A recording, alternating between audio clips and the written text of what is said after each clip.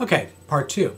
So my writing style has been called pretty irreverent. I have a tendency to be very dark and incorporate very disturbing imagery in my work.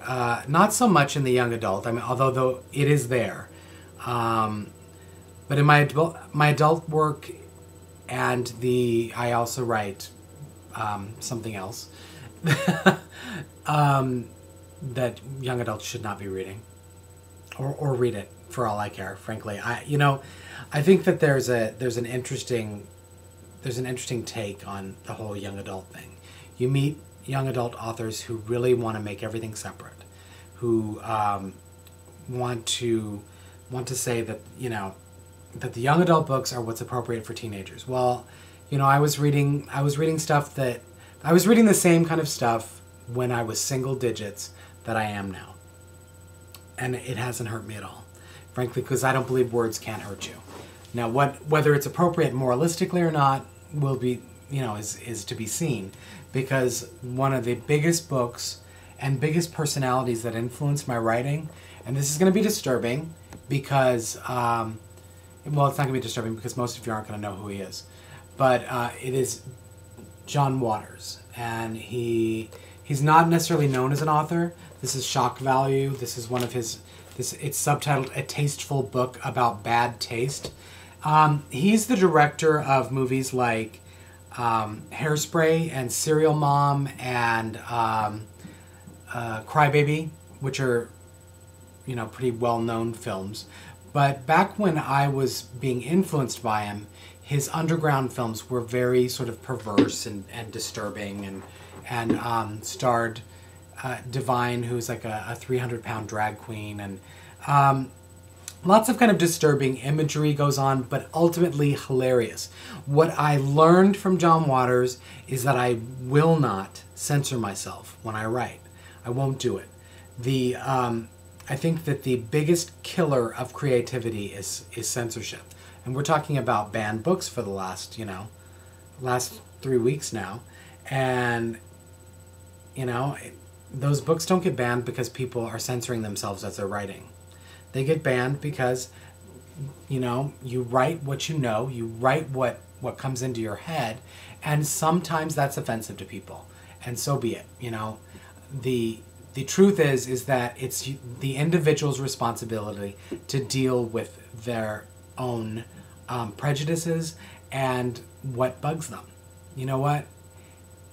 But you can't translate that onto what other people, I can't say that what offends me offends you, because you know what offends me? People who are overly politically correct.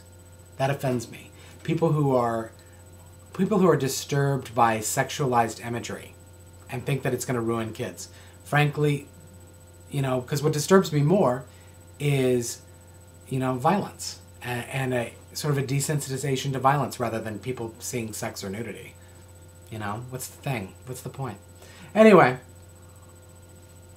John Waters was really good at stripping away all of that. He also kind of helped me to develop my own voice because I was able to say what I wanted and pretty confident in those kinds of things. And then, shortly after getting to that, I started reading David Sedaris, and this is Naked.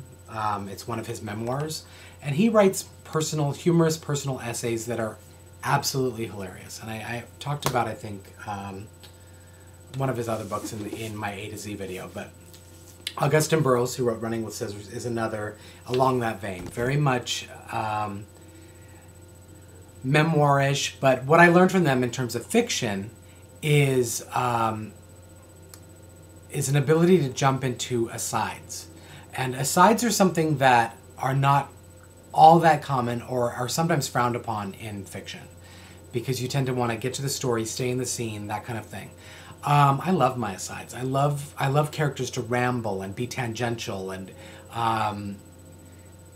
just go with their flow, their own flow. And I think what that does is it gets you deeper into what the character is and who they are, because you can see through their tangents, what they're thinking about, how their brain processes things.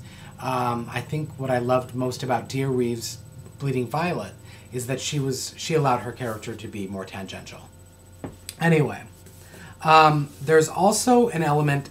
There are two books that I look at in terms of style things for me that are inspirational for style. Kurt Vonnegut's Cat's Cradle. In fact, lots of Kurt Vonnegut's work, and frankly, Kurt Vonnegut and Christopher Moore.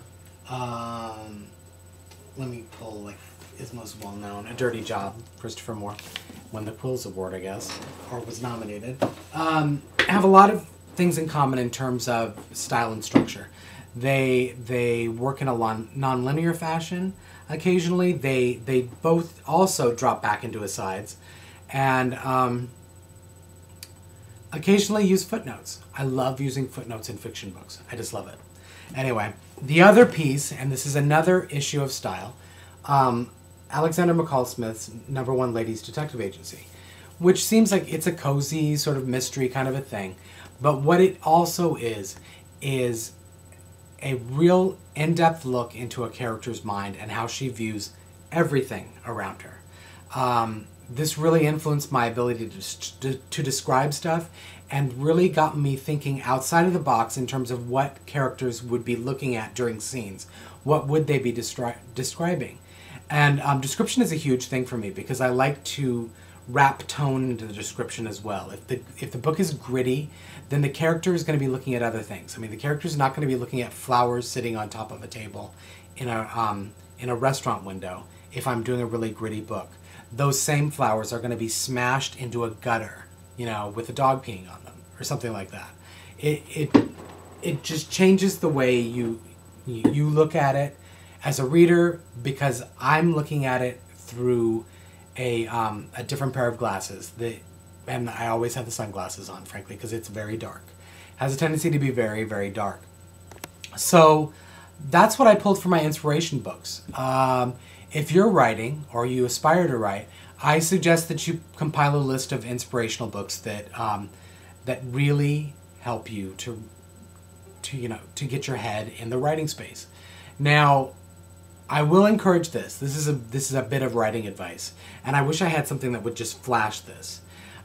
If you're interested in writing young adult literature, the best thing you can do is read the best young adult literature you can find. What is considered the penultimate of those books.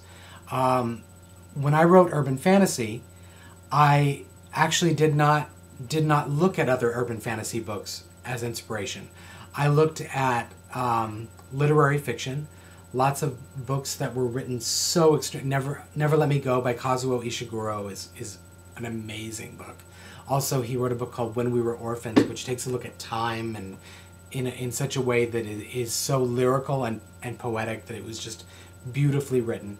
And I'm not to say that I took that and brought beautiful poetic lyricism to urban fantasy, because I didn't. I did it in a different way. But what I took from that is an ability to write in a very tight fashion.